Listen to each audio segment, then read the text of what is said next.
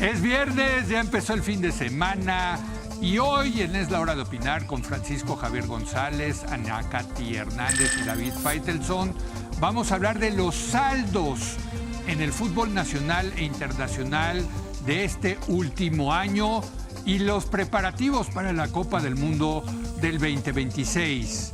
Así que quédese aquí en N+ Foro, que ya comenzó la Hora de Opinar.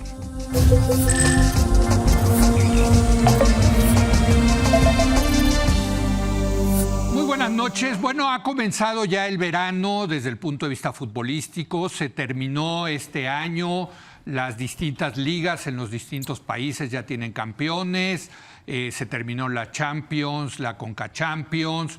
Aquí en México tuvimos dos torneos que también ya terminaron con dos campeones distintos. En fin, es la hora, me parece, de hacer un saldo, un corte de caja de cómo queda el fútbol nacional e internacional a un año de que se lleve a cabo la gran fiesta futbolística que es el Mundial del 2026. Y tenemos en ese sentido una mesa de lujo aquí en Es la Hora de Opinar. Está con nosotros Ana Katy Hernández. Ana Katy es comentarista de TUDN. Ana Katy, gracias por venir. Qué gusto tenerte de nuevo. Gracias, Leo. El gusto es mío y muy contenta de platicar a un año del Mundial lo que hay alrededor del fútbol mundial. Así es. Francisco Javier González, quien es director del Consejo Editorial del TUDN. Francisco Javier, de nuevo, qué gusto tenerte aquí en esta un mesa. Placer. Muchas gracias. Al contrario. Javier, gracias. Y David Faitelson, quien es comentarista de TUDN. David, ¿cómo estás? Muy buenas noches. Bien, Leo. Muchas gracias. Saludos a Ana Katy y Francisco. Buenas noches. Oigan, pues quisiera hacer como un corte de caja de cómo termina este año futbolístico.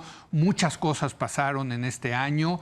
Si les parece, comencemos con el fútbol mexicano. David, dos campeones, el América tricampeón y luego, digamos, fracasa en su intento de ser cuatricampeón y el Toluca acaba siendo campeón después de muchos años, ¿no?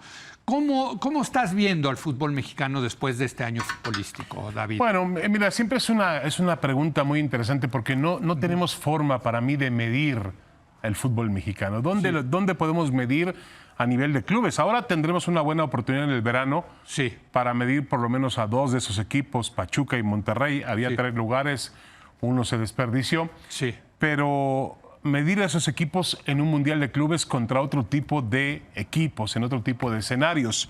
Sí. Yo creo que eso nos podría permitir darnos un termómetro más exacto de lo que es el fútbol mexicano, porque nosotros vivimos en nuestra vorágine, inercia, pasión local y está bien. Tenemos un fútbol con muchos años, con tradición, con equipos realmente viejos. Y algunos equipos han hecho un especial esfuerzo por traer jugadores de otro nivel. El caso de James Rodríguez, el colombiano con el León.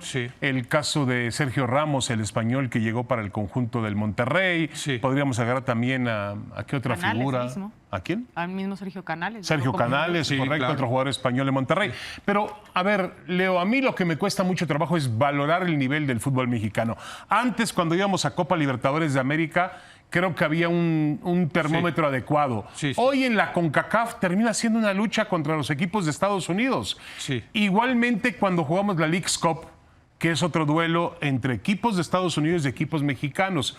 Yo no tengo forma de saber en qué nivel está el fútbol mexicano.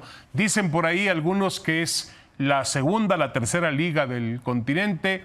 Yo, la verdad, insisto, tenemos un parámetro doméstico y es un fútbol doméstico, que además, eso sí lo puedo asegurar con categoría, no se ve más que en México y en Estados Unidos. En el resto del mundo, el fútbol mexicano no se ve y no existe. Sí, no se ve. Ahora, ¿tú cómo ves? ¿Cómo viste los dos, digamos, torneos, tanto el Apertura, bueno, el Clausura y el Apertura, ya no sé ni cuál es cuál, pero ¿cómo viste estos dos torneos que se llevaron a cabo este último año? A mí hubo lapsos que me parecieron interesantes en ambos torneos, ¿no? Sí. Y particularmente que el último lo ganara Toluca, creo que beneficia también, ¿no? Si bien a los americanistas seguramente no les va a gustar mi comentario, la realidad es que ayuda a que haya otro tipo de competencia, ¿no? A que no sea el mismo campeón, ¿no? Que nos pase lo de Alemania. Sobre todo porque aquí el formato sí te permite que otro pueda ser campeón y no solamente el que domina la liga, que en este caso, bueno, coincidió que Toluca fue el mejor de la competencia y después lo reflejó en la liguilla, ¿no? Además, que tampoco nos podemos distanciar de la inversión que hizo Toluca para poder llegar a este título, ¿no? Más de 30 millones de dólares y que evidentemente los capitaliza con un muy buen fútbol y con un año previo de proceso de mucha construcción. Comparto un poco lo de David de que a veces se ha perdido quizás cierta noción a nivel internacional. Sin embargo, yo creo que la competencia per se del fútbol mexicano puede ser buena y sí creo que pueda estar considerada dentro de las mejores del continente. En donde creo que se está separando es en cómo lo reflejamos con la selección, ¿no? Sí. Porque hoy sí creo que esa distancia de estas grandes figuras que llegan o muchos jugadores que a lo mejor no tienen los niveles para estar dentro del fútbol mexicano o para generar mayor espacio para otros futbolistas a detonar, me refiero mexicanos, están generando esa distancia con la selección, ¿no? Y entonces sí el Tri va y compite a Copa Oro, que ahí lo hace bien, pero cuando lo mandas a un escenario más fuerte es donde está quedando distante. Y ahí es donde para mí todavía tendrían que ponerse mal los focos rojos. Francisco Javier, ¿tú cómo viste estos dos torneos que tuvimos? Hubo momentos muy emocionantes, ¿no? Bueno, yo ya saben que yo le voy al Cruz Azul, entonces, ¿Estás contento? Ahorita hablamos del Cruz Azul, pero bueno, ¿no? Sí. Pero en fin, yo creo que fue un año futbolísticamente emocionante, podríamos decir. Yo creo que sí. Yo estoy contigo, Leo, porque entiendo bien lo que David pone sobre la mesa. Tu pregunta es, ¿cómo vieron el torneo local? Sí. David lo compara con el resto del mundo. Sí. La pregunta es, ¿cómo viste el torneo local? Sí. Yo creo que los clubes y las selecciones están hechos para diferentes cosas. Sí, porque la Premier, ¿qué relación tiene con su selección nacional? Por mucho que Inglaterra ha mejorado mucho en los últimos años, prácticamente ninguna. Porque hay equipos completos en la mejor liga del mundo que no tienen un solo jugador inglés en el cuadro titular. Bueno, yo creo que para el consumo local veo dos cosas, partidos emocionantes con los mismos actores de siempre. Sí, América no fue tetracampeón, pero tiene un gran mérito haber llegado a una cuarta final consecutiva. Pero va a pelearla siempre contra los mismos equipos. A menos que de repente salte la liebre y los Xolos se metan a la liguilla como lo hicieron en algún momento, o como San Luis, o Necaxa. O sea, ¿qué estás hablando? América, Cruz Azul, Monterrey, Tigres, Toluca. Las Chivas ya no, ¿eh? No, las Chivas... Tú has sido muy crítico, por cierto. No. Ahora siguen siendo una buena cantidad de equipos. Sí, a diferencia de otras ligas. En España tú cuentas con dos y hasta tres, quizá Atlético de Madrid, ¿no? Atlético, pero ¿sabes qué pasa en España? Mira, yo lo veo ahora que está el Oviedo a punto de ascenso a Primera División con un técnico que aquí los Tigres le tendieron la camita para que se fuera. Y es un muy buen técnico que estuvo en Chivas y lo llevó a una final. Pero tú ves la pasión que hay en los estadios españoles de Segunda División. Que no tenemos aquí. Es decir, allá los equipos ciertamente están más estratificados. Hay dos o tres grandes y los demás, aunque de repente se van cerrando un poquito las brechas. Pero hay una tradición, hay una afición, hay socios de los clubes que dicen, donde vayas, voy. Vas a segunda, voy a segunda. Aquí no tanto. Y el segundo punto al que yo me quería referir es que aquí, perdón que lo diga de esta manera, hay varios equipos chatarra. No alimentan, no hacen bien, estorban en la nutrición para el fan. ¿Quieres darnos un ejemplo? No quiero que se enoje Querétaro, Juárez, no quiero que se enoje Mazatlán. Juárez, Mazatlán, exacto. Franquicias que creo que deberían hacerlo mejor. Para que el atractivo no quede solo en los 7 de arriba, de siempre, ¿no? Pero no hay un denominador en común con los de arriba, la inversión. Es que sí. O sea, no hay un secreto. O sea, aquí es poner el dinero.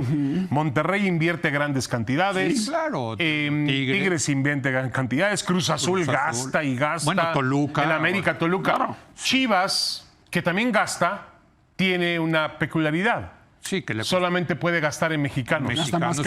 Y se los venden Gasta caro. más caro y no tienen el nivel para mantener a Chivas en ese... O lo pierden. O han gastado mal. ¿Lo pierden ahí? Porque a veces ves la cantidad de dinero que invierte el Guadalajara y dices, con eso podrías tener una mejor, porque al final sí creo que Chivas, para poder competir a estos que hemos mencionado, se tiene que basar en su estructura. Sí. Y esa estructura es la que hoy yo no veo si es tan de arraigo de Chivas. Claro. Que es lo que termina por producir jugadores, por provocar una filosofía, y entonces cuando hace estas inversiones pues quedan sumamente lejanas al rendimiento futbolístico que debería de tener, porque el jugador no se adaptó, porque el entrenador no fue el óptimo. Entonces sí tienes que tener una pirámide puntualmente con el Guadalajara por la peculiaridad que no, totalmente, pero ¿qué pasó con los grupos como Gilby, ¿no?, que en algún momento tuvo mucho éxito con Santos y el Atlas? ¿Qué pasó con, bueno, pues, Orlegui, perdón. Orlegui, perdón.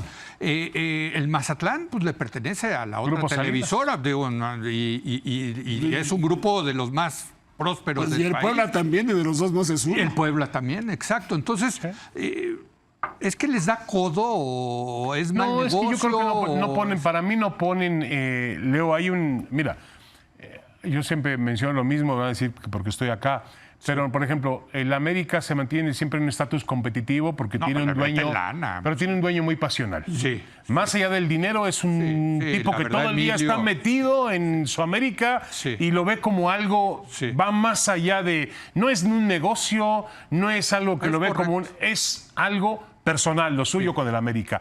Yo no sé si muchos equipos lo son así.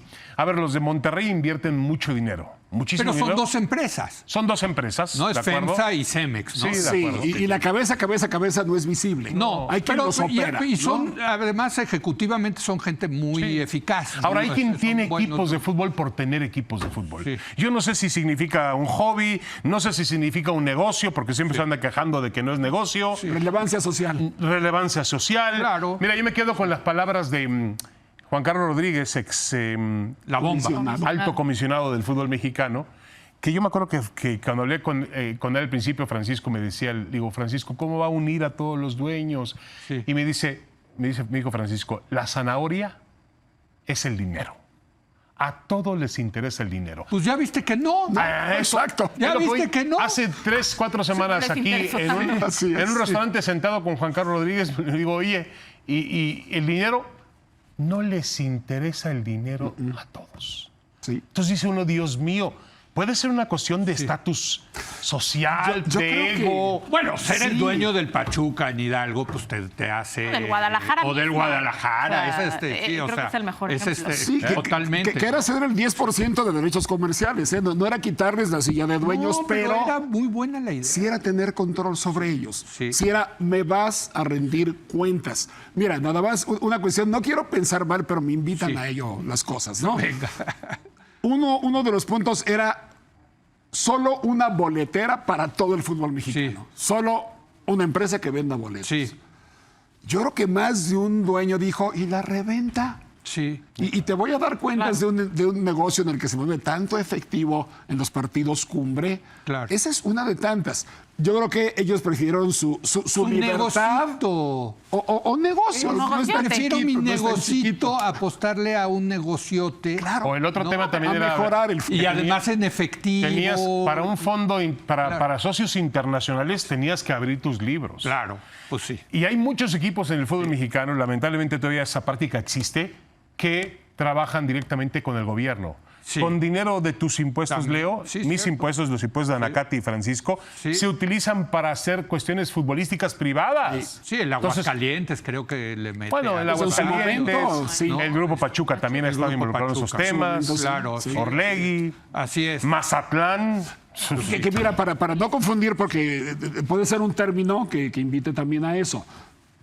No es que esté prohibido que los gobiernos ayuden a los clubes. Oye, dar un terreno en comodato, alguna exención fiscal, sí, pero es distinto a invertir en el equipo.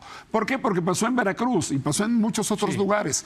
Cuando el gobierno cambia, por cambio de poderes, o sea, que ya no le interesa el fútbol y lo deja votado. Fue lo que pasó con Veracruz. Fue lo que pasó con Veracruz, que fue el gran ejemplo que les dio la idea de cortar el ascenso.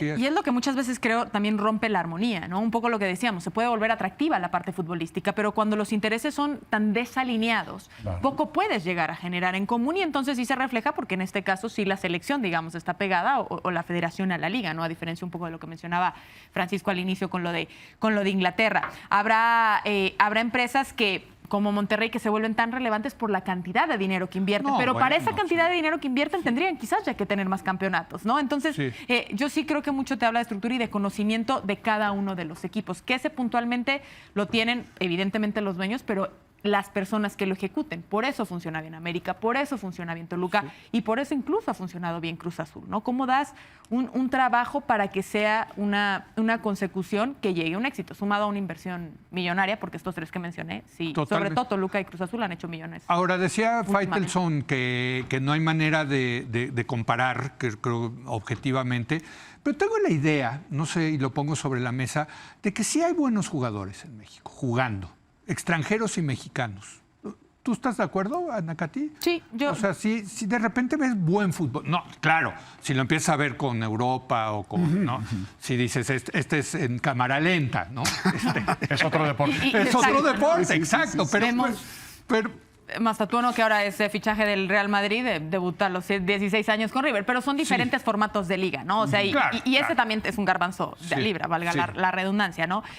Yo sí creo que hay muy buenos extranjeros, evidentemente, creo que esos han elevado el nivel de la liga, sobre todo por las últimas figuras que han llegado, y sí creo que hay calidad en el futbolista mexicano, ¿no? En algún momento hemos tenido esta conversación, incluso hasta discusiones, porque cuando a mí me dicen, no existe, y yo veo un Henry Martín siendo relevante para el América, capitán, jugador, como dices, a lo mejor más grande, más maduro, el mismo Ángel Sepúlveda, ¿a qué edad le está llegando qué barbaridad lo de esta situación? Creo que hay jugadores jóvenes que tienen la capacidad y el talento. Vega, una vez que estuvo bien dirigido, encontró el ajuste. O sea, de repente ves pincelazos, vamos a poner, y hay de buen fútbol, ¿no? Pero con eso no alcanza. Pero tendrían que estar los mejores formadores, uno, en las fuerzas básicas del país, que ahí es donde creo que se está manoseando mucho, la verdad. O sea, creo que vemos el caso de Juan Carlos Ortega, uno de los mejores desarrolladores que acaba de dejar Tigres, de fuerzas básicas. Si bien Tigres no se dedica a producir jugadores, Pachuca fue a comprarle 2. ¿Qué quiere decir? Que sus jóvenes son buenos. Que el Güero Real esté dando clínicas en Estados Unidos en lugar de estarlos produciendo aquí. Ha habido movimientos en otros equipos también, ¿no? Dentro del fútbol mexicano. Entonces, ahí es donde yo creo que se tiene que generar esa opción de debut, no por reglas, que incluso ya invitan a que tengan 23 años los jóvenes, sino a forzar situaciones, porque yo sí creo que hay talento en el fútbol mexicano, lo que tienes es que saberlo llevar, y ahí es donde tienes que apuntalar. Ahora, así sí me parece que si estarían de acuerdo decir que de repente hay buenas pinceladas, ¿no? De repente hay buenos, de repente puedes ver un buen partido. ¿No? Pero necesitamos tener, esta es una liga, la nuestra es una liga... Siempre hay una diferencia entre una liga de desarrollo. Argentina es una liga de desarrollo. Desarrollan jugadores. Acaba de mencionar a Ana Katy que ya acaban de vender un chico de River en 50 millones de euros. En México es una liga de consumo. Yo creo que es una liga más de consumo que de desarrollo. Pero al mismo tiempo estamos afectando al futbolista mexicano. Al no darle el espacio, el protagonismo necesario en los últimos años, al abolir el ascenso y el descenso, otro tema también me parece a mí la decisión más triste en la historia del fútbol mexicano, al no permitir eso, el futbolista mexicano ha caído en un proceso de debacle, yo diría de una... no quiero usar la palabra, pero casi un exterminio del futbolista mexicano en muchos sentidos, porque no tienen las mismas oportunidades para jugar que tenían antes. Y vemos equipos como Chivas, equipos como Pumas, que siempre dependieron del material mexicano. Hoy no son protagonistas al nivel de América, Tigres, Rayados, Toluca, Cruz Azul. La verdad, no pueden competir. Y además se les ha desacreditado mucho. Es decir, al futbolista mexicano se le ha desacreditado mucho y con ende lastimas a la juventud, ¿no? Porque es como, el jugador joven mexicano no funciona. Y empiezas a ver casos como el muchacho de Xolos, Mora, ¿verdad? Emilio Mora, que llega. Entonces, sí hay calidad. Entonces sí tienes que darle, insisto, ese proceso. Perdón, Francisco. No, para nada. Fíjate que yo estoy de acuerdo con David. Mira que es un poco extraño. Pero tiene que venir a la hora de opinar más seguido. Debes estar enfermo, déjame tomarte la temperatura. ¿Qué le pusiste en la bebida? Exacto. Son las tazas. No, pero el futbolista mexicano sí carece de presión competitiva. ¿Por qué? Porque hay una liguilla a la cual pueden ingresar del 1 al 10, cualquiera puede ser campeón con el sistema que data de hace mucho tiempo, desde 1970 que funciona. Entonces no hay una presión arriba por ser campeón. Te la vas llevando en el torneo con agendas cada vez más apretadas, que es otro factor, y en la liguilla ahí nos encontramos. Pero tampoco hay descenso. Entonces la presión del jugador por mantenerse en la categoría tampoco existe. Pero hoy en día tampoco la presión por conseguir un ascenso existe. Entonces, por todos lados estamos bien cómodos, bien cómodos. Sí creo que hay muy buenos jugadores mexicanos, algunos, pero la cantidad de extranjeros que tiene el fútbol mexicano casi siempre conforman las columnas vertebrales con ellos. Entonces, los jugadores mexicanos, en términos ciclistas, son gregarios. En su mayoría no son los estelares. Yo te pregunto, Leo, ¿por quién pagarías boleto para ver? Yo diría, oye, por Paulinho yo sí pago un boleto para irlo a ver. Por Guiñac, la gente de Monterrey paga boleto para verlo además del equipo. ¿Cuántos jugadores mexicanos te hacen decir, saco la cartera o pagaría más porque está jugando Alexis Vega, que fue un ejemplo de este semestre? Vega, en su momento Santi, ¿no? Santi, exacto. Hay otro tema también, otro tema fundamental en el desarrollo del futbolista mexicano. No es un secreto, el otro día lo platicaba con el Tata Martino. Los grandes... ¿Tú sí le hablas al Tata Martino? Sí. Pero, pues, es que mucha gente ya no le habla. No, yo le hablo a todo mundo, Francisco. Que no me respondan ya es otra cosa. Pero yo les hablo. Ahora, Gerardo Martino, y Gerardo Martino me decía, es que la fórmula, y también la lleva repitiendo Hugo Sánchez hace muchos años, mientras más jugadores tengamos en las ligas europeas, más la posibilidad de acercarnos a las grandes potencias del juego. El tema, Leo, es que en México no estamos acostumbrados a exportar. Cuando yo le decía al presidente del Feyenoord, ¿cómo se llama este? Denis de Clos. Denis de Clos, le decía yo, Denis, acaban de vender un defensa, Orozco Chiquete, de Chivas a Cruz Azul en $13 millones. El tipo decía, ¡qué locura! 13 millones está fuera de mercado para la liga holandesa.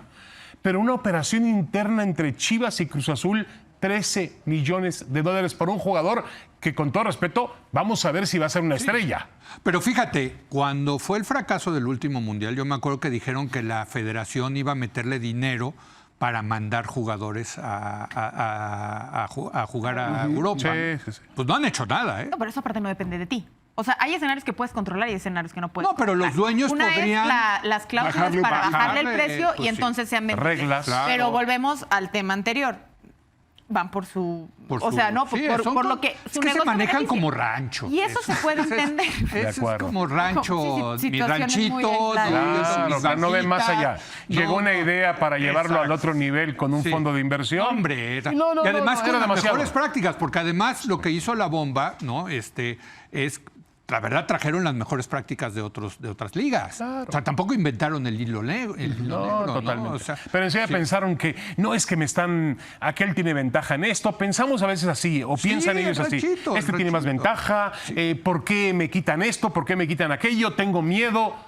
Pero fíjate, Televisa estuvo dispuesta a ceder sus derechos de transmisión para darle ese cambio, ¿no? La cosa es que todos tenían que estar de acuerdo, no una mayoría. O sea, la historia del grupo opositor al fondo de inversión de Jesús Martínez era que Televisa utilizaba el fondo de inversión para apoderarse del fútbol nuevamente. Eso es lo que ellos pensaron. Todavía no me lo han probado. Digo, no me lo han probado en el sentido de que si realmente tenía algún tipo de injerencia directamente o ventaja Televisa sobre la operación del fondo de inversión. Tú que hablas de Emilio, la verdad, Emilio es tan apasionado en esto, la verdad. Yo creo que sí, él y la gente de Televisa el objetivo de hacer una mejor liga, porque sabía que era mejor para su equipo y mejor para el fútbol mexicano. Mejor para todos, claro. Digo, y no porque yo trabaje en esta empresa, porque es lo que yo he visto. No, y claro, y les diría, perdón, a Katy, un dato muy concreto. Si revisamos, si tuviéramos acceso a las actas de asamblea de la Federación de los últimos 8 años, veríamos cuántas votaciones perdió Televisa. Es que siempre ha manejado. No. Hubo una época en que sí tenía una predominancia brutal. Hace mucho tiempo que no es de esa manera. Y la manejan otros personajes. El hecho que se haya caído este deal, pues... Que era más importante de la historia. Y además era una invitación a compartir finalmente el pastel. Claro. ¿De qué les sirve a una empresa quedarse con todo el pastel en esos tiempos? Que compartan todos, hagamos mejor el negocio entre todos y que tengan que tengan una parte televisión abierta, televisión restringida, streaming, las nuevas plataformas. Claro. Bueno, déjenme regresar al tema o ampliar esta discusión del fútbol más allá de la liga local, la Conca Champions. ¿No? Que gana el glorioso Cruz Azul la Conca Champions. La gana, así. Sí, la gana. Bueno, nos cayó algo de migajas, la verdad. Y aquí quiero discutir con David, porque le hizo artículo en el Reforma que estabas criticando que se fue Vicente Suárez, que lo... Sánchez. Perdón, Vicente... sí, ese era el niño héroe. El niño héroe. Vicente Sánchez. Bueno, igual era héroe. Exacto. No. Yo sí creo, te voy a decir como Cruz Azulino, David, que sí se gana la Conca Champions, pero Vicente Sánchez se equivocó en la semifinal del fútbol mexicano, ¿no? No por echarse para atrás a defender un gol, que eso se vale, pero por haber renunciado a atacar. O sea, yo entiendo que te eches para atrás, pero si tienes la posibilidad de atacar, ataca. Cuando yo estaba en el estadio y veía que el Cruz Azul agarraba la pelota en medio del campo y no iba hacia adelante porque la instrucción era defenderse, dije, es que no puedes hacer una cosa así. No, un equipo como el Cruz Azul no puede hacer eso. Sánchez la regó y creo que debe de pagar el precio. Bueno, aquí a misma noche me acuerdo que en la transmisión yo dije también, queda probado y comprobado que Vicente Sánchez no es técnico para Cruz Azul, pero quedaba una copa. Sí. Y para mí tenía que entregar por lo menos uno de los dos trofeos. Y la entregó, sí. Y lo entregó. Y con creces. Y los números de él realmente después de la intempestiva salida de Anselmi son muy buenos. Puso al equipo a un nivel competitivo. Al principio probó con un cambio por ahí un poco en el sistema. Luego se dio cuenta, ¿no? ¿Para qué cambio si Anselmi me dejó una forma de jugar? Había un proceso en Cruz Azul. No era Vicente Sánchez de inicio, sino que heredaba todo lo que había dejado el argentino y el trabajo de Alonso también, el director deportivo. Pero entregó un trofeo, Leo. Un equipo grande, recoge trofeos. Yo creo que a Vicente había espacio para la duda con ese trofeo. Entiendo que a la directiva no le gustó su estilo. Y le cobraron lo que tú bien dices. A la directiva y a esta aficionada. ¿Te ayuda a discutir con David? Sí, claro. Pero entonces, ¿en qué quedamos?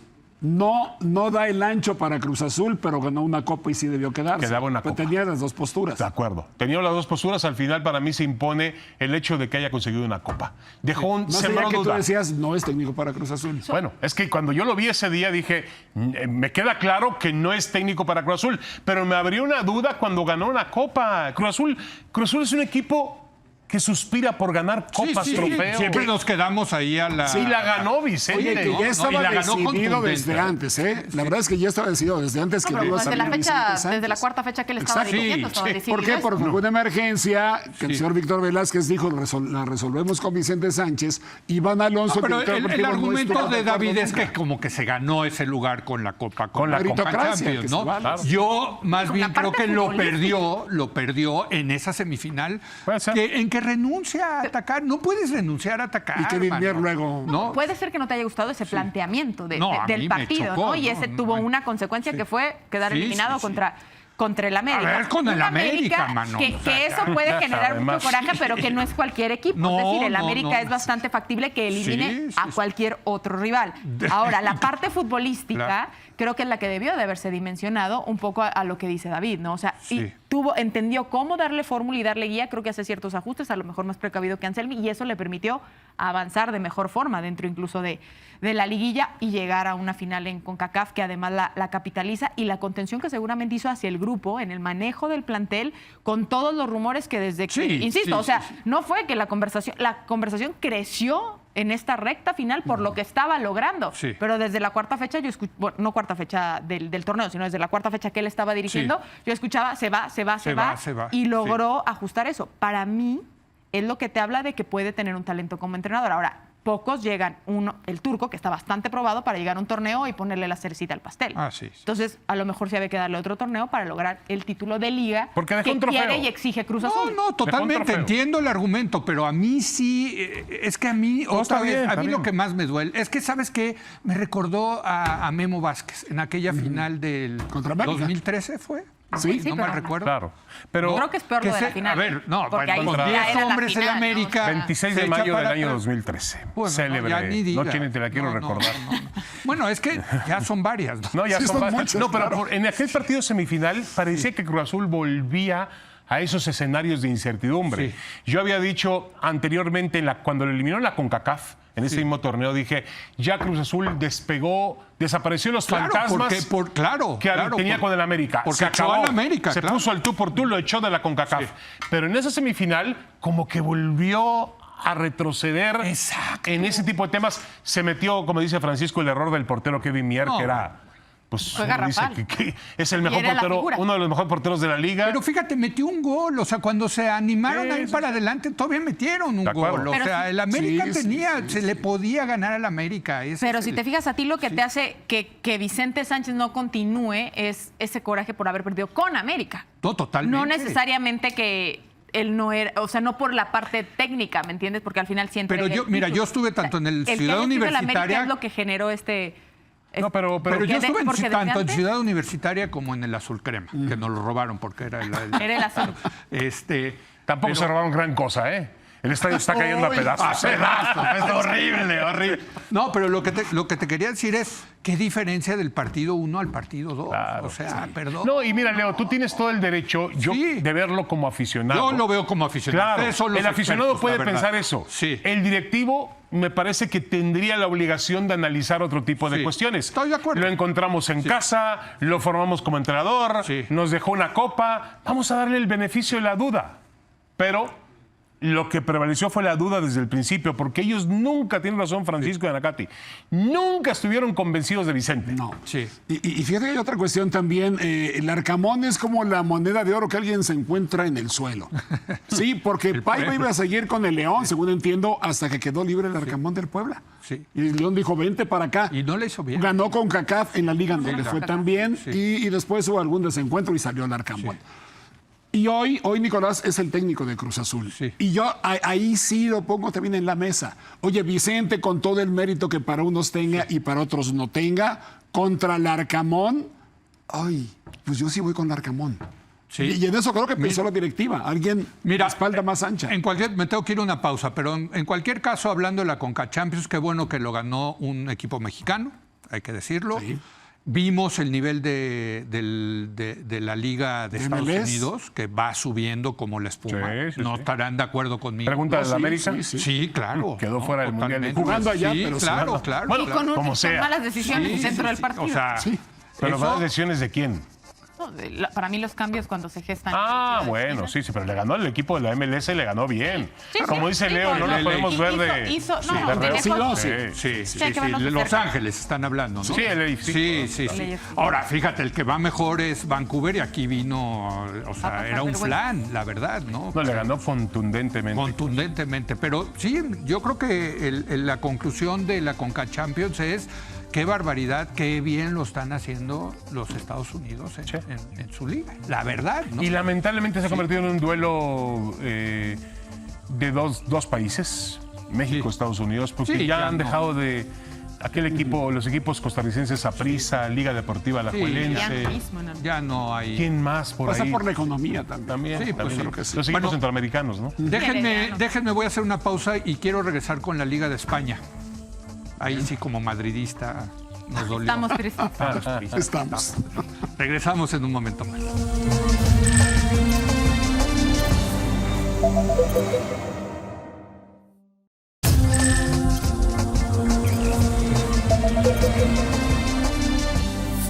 Oiga, estamos teniendo una charla muy a gusto, muy interesante con nuestros compañeros de TUDN sobre los saldos del año futbolístico y vámonos a España. La verdad tengo que decir, un Real Madrid ya en decadencia, que necesita ya desde luego una renovación, pero y me duele decirlo, Francisco Javier, David y Anacati, pero qué equipazo trae el Barcelona.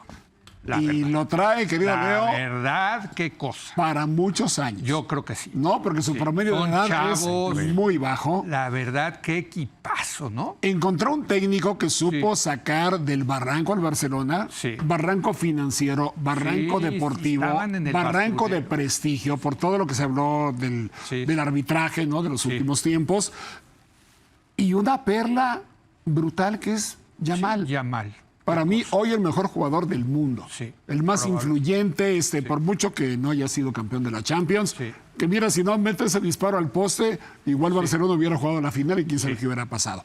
Pero sí, es un equipo que de la flaqueza supo renovarse para hacer un fútbol espléndido, encantador. Precioso, y un Madrid ya desgastado. Bien lo dices, ya desgastado. Al estilo de la casa, ¿no?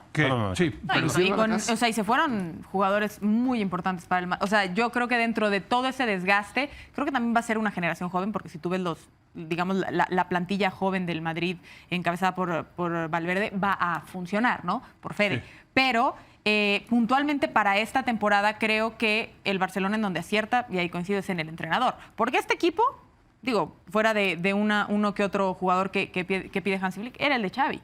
Y Xavi no supo darle. Pero Xavi tuvo un desgaste. Xavi los tomó muy jóvenes. Xavi los puso a jugar. Los más jóvenes realmente son Lamine y Pedri, ¿no? Los demás ya tienen un bagaje importante también, aunque sean jugadores jóvenes, son ¿no? jóvenes, entre 25 y 26. Pero bueno, hay jugadores de 21, 23. La comparativa allá es que empiezan mucho más pequeños, ¿no? Entonces, sí creo que lo de Hansi Flick es preciso para además haberle dado un estilo de juego, algo que beneficia al Barcelona. Es que un estilo de juego que le beneficia al Barcelona para desarrollar sus futbolistas y a partir con la escuela, crecer. con la marca de la casa. Es que es la marca de la casa, ¿no? De acuerdo. No. Y el Barça es uno de esos equipos que no lo podemos entender jugando de otra manera. Lo que pasa es que como todo equipo de fútbol depende de su material.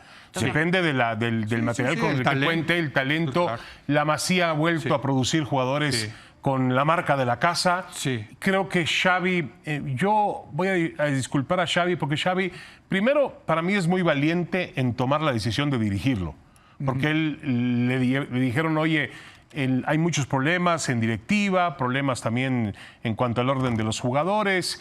Y a lo mejor hay muchos que hubieran dicho, ¿saben qué? No es mi tren, me quedo en Qatar. Él mismo 2 años antes había dicho, pero dijo, ¿sabes qué? Me necesita mi alma mater, voy y pongo el pecho al frente, ningún problema. Muy joven todavía. Muy joven. Xavi. Puede volver a formarse, estoy seguro que va a ser un buen entrenador. Pero este Barça vuelve a cumplir ese cometido, Leo, de que es efectivo, ha ganado, bueno, llegó lejos en la Champions, semifinales, gana Liga, gana Copa del Rey y sobre todo juega bien al fútbol. Es que ese sí, ya cuando ves ese fútbol. No es el Madrid, discúlpame, aquel que, Dios mío, no sabemos cómo ganó una Champions defendiéndose a ultranza. Pero hay que hacer lo que hay que hacer. Como figura. Hay que hacerlo. Oye, pero lo que decía respecto a este torneo del Madrid, también se le fue Toni Kroos, que no es cosa menor. O sea, ahí te hablas de la importancia. Te voy a decir, para mí la esquema. mejor media que ha existido en el mundo mundial es Kroos, Casemiro y Modric. Y yo creo que esa es la época gloriosa. No viste a la selección brasileña del 84, ¿verdad? Sí. Del 82. Pero a ver, Francisco, ¿se la repetimos? Pero no ganó. No ganó, pero era maravillosa. No. Pero Sócrates, Falcao. Y me falta Toniño Cerezo. Sí. No, bueno. Está bien. Ha habido. Ahora, el consuelo para los madridistas, de los cuales nos incluimos, es que ya llegó Xavi Alonso. Sí. No, y es un símil con el otro Xavi, yo también. Además, ya ganó un título con un equipo que no ganaba. Porque con el otro Xavi no van a ganar. Este es el bueno. Este es el Xavi bueno. Exacto. Pero miren, junto el tema de España con la Champions, también y les pregunto si les gustó el nuevo formato, pero además yo sí lamento, me encantó que el Inter de Milán echara al Barcelona como madridista que soy. Pero como me gusta el fútbol, creo que me hubiera encantado ver una final PSG contra Barcelona. No sé si es que en una final de Champions no puede ocurrir un marcador de fue escandaloso. Fue escandaloso. No puede ocurrir eso. Y habíamos visto el partido Inter de Milán-Barcelona fue un partido de partidos. Memorable ese juego. Quedará en la historia. Es un juego que incluso yo le llamo esos partidos que atrapan nuevos aficionados. Gente que no le gusta el fútbol. Precioso. Gente del Madrid aunque juegue el Barcelona, dicen, lo estoy disfrutando, Precioso. lo estoy gozando, la esencia del fútbol ¿Qué pasó con europeo? ese Inter, por cierto? Pues digo, se perdió, ¿no? A ver, perdón. El Paris Saint-Germain mostró que fue el mejor equipo de toda la temporada de Champions, ¿no? O sea, realmente fue un... ¿Tú crees que sí le hubiera ganado al Barça? Sí, yo creo que hoy, así como hablábamos de quién es el mejor jugador del mundo, hoy el mejor técnico es Luis Enrique. Sí. O sea, porque además Equipazo también. Y creo que las declaraciones que él tiene, más allá de que se vuelven mucho más relevantes por el resultado, tienen mucha conciencia de lo que él quería con su equipo, ¿no? Y cómo quería controlar la mayor cantidad de situaciones del juego. Pidió que llegaran jugadores de cierta edad, es decir, que rebasen los 26 años, no podían ser refuerzo del PSG. Y todo eso pues se envolvió en conseguir la mejor versión de Vitinha, en ir modificando acciones que después en Dembélé. O sea, Dembélé la pasó terrible en el Barcelona. Y ahora está compitiendo para ser también, junto con Lamine, el mejor del año. Buenísimo. Claro, donde el que termina haciendo goles es un futbolista extraordinario. Doué, ¿no? Doué, y termina ganando. ¿Tú crees que le hubiera ganado el PSG años. al Barça? Yo creo que sí. Yo creo que el PSG le iba a ganar a cualquiera. O sea, hubiera sido una final, yo creo, mucho más equilibrada. Y además Luis Enrique contra el Barça. Exacto. Sí, por todos lados. Eso hubiera sido... Ahora, me preguntabas del Inter, ¿qué pasó con el Inter de Milán? Yo recuerdo en la semifinal lo que dijo Lautaro Martínez terminando el partido. Sí. Jugó sin sentir una pierna. Sí, vendado, con analgésicos. Está siendo inclemente el calendario de partidos que tienen ese tipo de equipos. Sí. Y están llegando agotados. Este mundial de clubes y sobre todo el Mundial del 2026, creo que van a batir récord de lesiones. Sí. El jugador está verdaderamente despedazado. Yo creo que el Inter de Milán llegó muy cansado al final. ¿Te gustó el nuevo formato de la Champions? A mí no, me pareció muy... Digo, como aficionado me pareció muy desordenado. Primero... Sí, yo no lo acabo de entender tampoco. Me parece que no es posible que haya días que había cuántos partidos en rondas iniciales. A la misma hora... A la misma hora eran una cantidad impresionante de partidos. A mí me gusta un poquito más espaciado, me gusta llevarlo por grupos. Pero bueno, al final del día, lo que te puedo decir, Leo, es que la parte final del torneo, el fútbol no desmereció. Más allá de que el Inter de Milán no estuvo a la altura, que estoy de acuerdo con Francisco, físicamente se veía muy agotado el equipo italiano, que se quedó sin nada. Sin Scudetto, que ganó el Napoli, sin Copa del Rey, que ganó un equipo pequeño, ¿no? El Bolonia lo ganó. La Copa de Italia, la Copa del Rey. Es verdad, en Italia ya no hay República. Perdóname. David. La Copa de Italia, correcto. Y se quedó sin nada, pero creo que al final de cuentas... La verdad es que no desmereció la Champions a pesar del cambio de formato. Y sin técnico, porque ya se fue a... ya se fue a dirigir a Arabia mejor. También. ¿A ti te gustó el...? Me costó al inicio, he de decirlo. Yo estaba más acostumbrada al formato de grupos. Conforme fue avanzando, me gustaba que digamos que los equipos grandes tenían que apretar más, porque un fallo te mandaba a playoff y en el playoff sí corrías riesgo de que te eliminaran antes de los octavos, a comparación de garantizar el 1-2 y ya con eso te la ibas llevando. Esa parte me gustó en cuanto a competencia. Sí tardé en agarrarle el gusto y bueno, ya la fase final creo que esa es el mejor fútbol del mundo. Siempre será bajo a cualquier indudablemente formato. La Champions es el mejor que los mundiales. El mejor partido del año va a ser el Inter, difícilmente Inter de Milán-Barcelona. Inter-Barça. Sí, yo también de acuerdo. No, partidazo. Lo llevaron a otro nivel. Casi el nivel de Alcaraz y ¿qué tal? Déjenme hago una breve pausa y vámonos a las otras ligas, la Premier, en fin, ¿no? Estamos haciendo un saldo, un corte de caja del fútbol. Ya no nos va a caer tiempo de hablar del Mundial, pero vamos a estar hablando mucho del Mundial. Nos vuelves a invitar nada más. No, claro, encantado. Regresamos en un momento.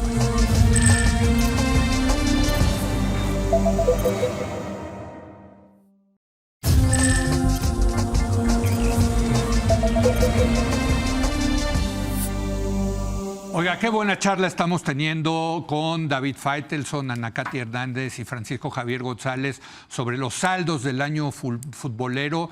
la verdad es que, bueno, pues a los que nos gusta el fútbol, yo creo que fue un buen año. O sea, la verdad, yo vi muy buen fútbol, agradable. También tengo que decirlo, y ya se los dije a los dueños de aquí, me choca que no se pueda ver el fútbol por televisión ya, por la cantidad de anuncios que hay, ¿no? Pero por los anuncios hablas por la diversificación de señales también, ¿no? También, exacto. Tú quieres ver el juego de Chivas y tienes que tener una aplicación. ¿Quieres ver otro juego? Sí. El de Tijuana y otra aplicación. Pero supongo que tienen que vender mucho para pagarle luego a los conductores que no generamos tanto ingreso. Sobre todo el sueldo de Francisco cuesta. No, los de política. Exacto. No, pero sí, las señales, ese es otro tema, ¿no? Cómo ha cambiado ahora la Champions, ya no sabes ni dónde verlos, en fin, ¿no? Pero bueno, vámonos. La Premier, ¿cómo viste, Ana Katy? La Premier, que ahora se puede ver también en algunas plataformas. Sí, también se ve por plataforma, ¿verdad? Sí. Para no variar. A mí es el fútbol que más me gusta. Sí. Como liga es mi favorita. Me parece que más allá de que tienen muchos extranjeros, son extranjeros de primer nivel, y los ingleses que están evidentemente potencian su propio nivel para entonces, digamos, ramificar hacia la selección. Y más allá de que se pueda al final filtrar a 5 equipos que quizás sean los que se lleven el título, sí los medios y algunos bajos, la intensidad con la que juegan y el nivel al que tratan de oponer es lo que hace sumamente atractiva la velocidad de los partidos. Y lo de Liverpool, punto y aparte, ¿no? Lo de Arnold. No, buenísimo. Creo que fue lo... No, además saliendo de... Y con circunstancias, ¿no? Venían de salir de que se hubiera ido Klopp, con la posibilidad de que Salah se fuera, al final decide quedarse, es la gran figura de la temporada. Te habla de que es un equipo redondo. Y mira, en Champions al final no le alcanzó. ¿Es un tema de dinero?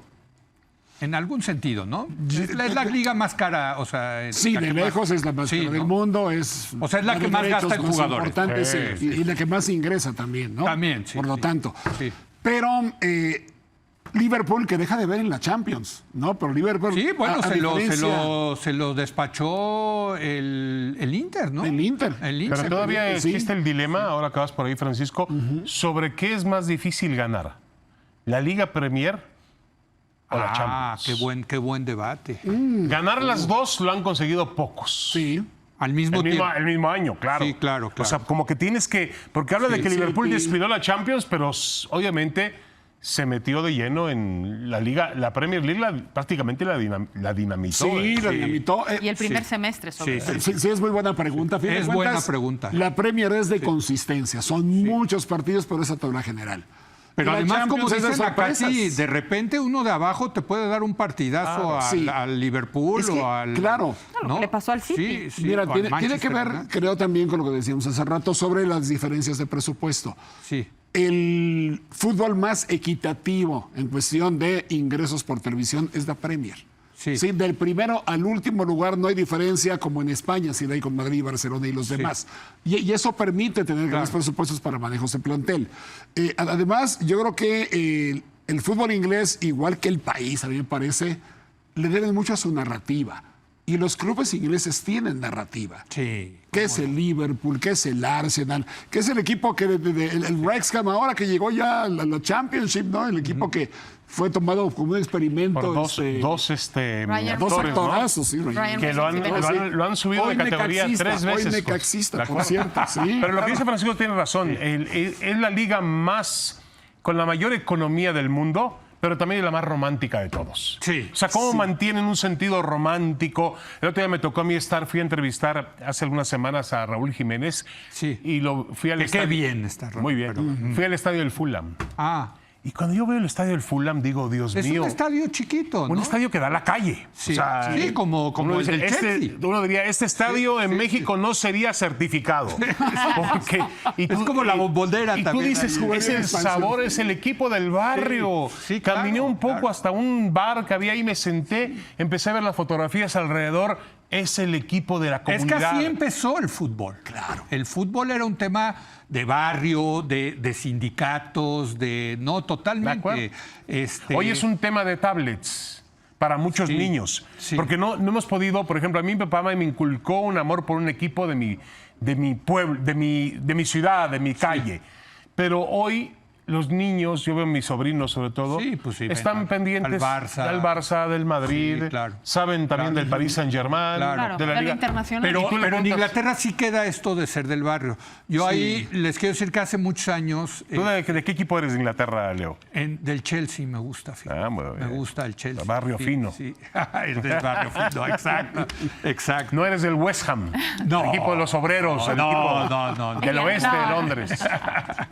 Pero no, hace muchos años Salman Rushdie escribió un ensayo en la revista New Yorker tratando de explicarle a los estadounidenses por qué la pasión del fútbol. Él le va a los Spurs, ¿no?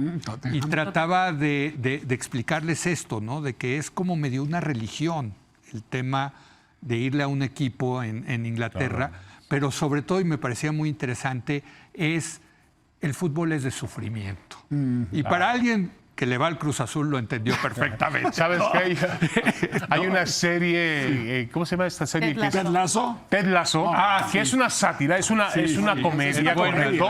Es una comedia, mejor dicho, pero es una forma que te transmite muy bien lo que es el fútbol de Inglaterra, ¿no? Lo que significa para los aficionados. Y además está simpaticísima porque el mensaje al final del día es que llega un coach de fútbol americano y el coach de fútbol americano no son tan importantes en un equipo la táctica, el sistema, la formación, sino la manera en la cual hace una familia del equipo y logra resultados. Pero es otro ejemplo. Tiene mensajes maravillosos. No, la verdad la Premier es efectivamente la mejor liga. Nos tenemos que ir. Me queda un minuto. ¿Qué otra cosa destacarías, Ana Katy, de otras ligas? No, por supuesto. Yo en el caso puntual y para ser comparativa, el desarrollo, por ejemplo, de la portuguesa, de la alemana, cómo desarrollan sus futbolistas para poder hacerlos emigrar a ligas más competentes, creo que es algo que se tendría que Aunque la alemana la domina el Bayern. Por supuesto, el Bayern Múnich, ¿no? Más allá de lo que pasó con la Leverkusen ha luchado, ¿no? Ahora se les fue Xavi. Se les fue Xavi al Madrid. Pero esa producción de jugadores, además de ser una liga de consumo, si tú logras equilibrar eso, creo que puedes ayudar a que a la selección le vaya mejor, porque al final cuando se hace en conjunto es cuando México puede competir. Casi nunca se ha hecho por un individual mexicana. ¿Qué otra cosa dirías de otras ligas? Pues que con dinero baila el perro, bien lo decías, ¿no? El Paris Saint-Germain era un equipo abandonado, con unos ultras muy violentos, que jamás había sido campeón. Por cierto, otro estadio chiquito, los fui a ver al Paris Saint-Germain. Al Parque de los Príncipes. El Parque de los Príncipes. Oye, que es carísimo. Es carísimo. ¿Pero te parece chico? ¿No ha sido de azul crema? Es un estadio bonito, el Parque de los Príncipes. No, pero es chiquito. Pero es un estado chiquito. No, de acuerdo. Ahora, en medio de un Pero dice barrio, Francisco que con dinero baila el perro. También la inversión catarí de los últimos años juntaron a Neymar, a Messi, a Di María y no a Ramos. Y no funcionó. Y Mbappé. Pero bueno, funcionó. Perdón, pero me están presionando porque tengo que entregar el estudio. Yo me quedaría con ustedes varias horas. Igual. Muchas gracias. Vamos a hablar del Mundial, desde luego, en otra ocasión. Gracias, David, Francisco, Javier, Ana Katy, como siempre. Gracias. Muy buenas noches.